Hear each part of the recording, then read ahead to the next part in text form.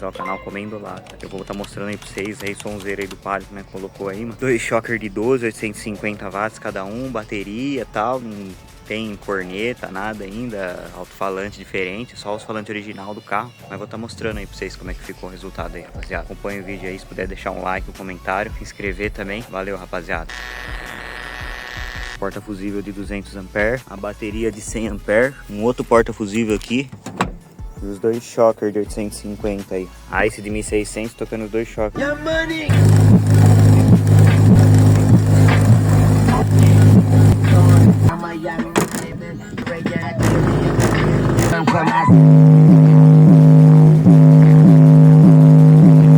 Dance on the